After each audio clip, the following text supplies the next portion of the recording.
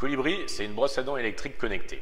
Ce que ça veut dire, c'est que c'est une brosse à dents électrique qui embarque des capteurs de mouvement dans son manche et qui est connectée en Bluetooth à votre téléphone. Ça vous permet bien sûr de suivre combien de temps vous vous brossez les dents et combien de fois par jour, mais ça vous permet aussi d'améliorer votre mouvement de brossage de dents en vous guidant pas à pas lors de chaque brossage. L'idée de Colibri part de deux constats. La première, c'est que quand on se brosse les dents, on ne sait pas exactement ce qu'on fait, on ne connaît pas les recommandations des dentistes, et puis on a la tête ailleurs, on est pressé. Résultat, on se brosse les dents pas assez souvent, pas assez longtemps, et on oublie des zones de notre bouche. Le deuxième constat, c'est que se brosser les dents, c'est amusant pour personne, et en particulier pour les enfants. On n'a jamais vu un enfant courir à la salle de bain en criant « chouette, je vais me brosser les dents ».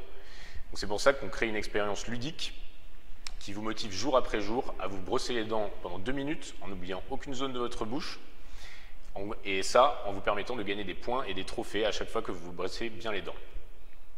Ce qui nous manque, c'est plus de brosse à dents bien sûr. Et sinon, moi j'aimerais surtout dire que je trouve que ce qui est en train de se passer en France en ce moment avec l'entrepreneuriat, c'est formidable.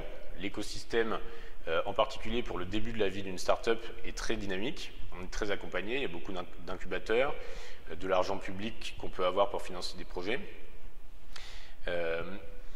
Ce qui manque peut-être, c'est que l'écosystème se développe un peu plus pour la fin de la vie d'une start-up, en particulier au niveau des introductions en bourse.